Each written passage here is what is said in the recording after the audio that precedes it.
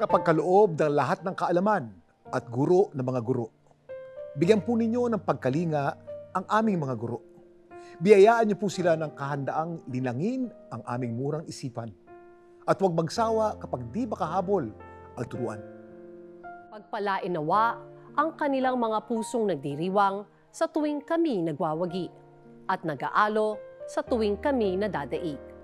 Pagkalooban niyo sila ng mahinahong pagtsatsaga sapagkat ang landas ng kaalaman ay hindi madali.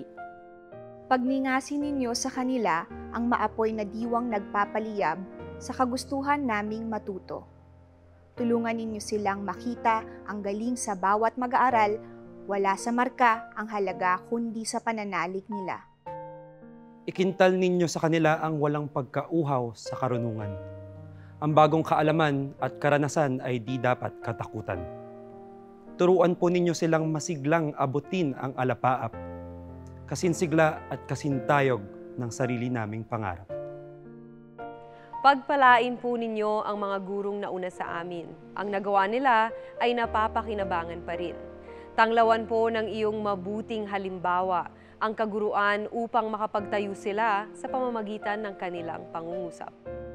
Upang makapagmahal sila sa pamamagitan ng kanilang isipan, upang makapagbahagi sila sa pamamagitan ng kanilang puso, sa nawa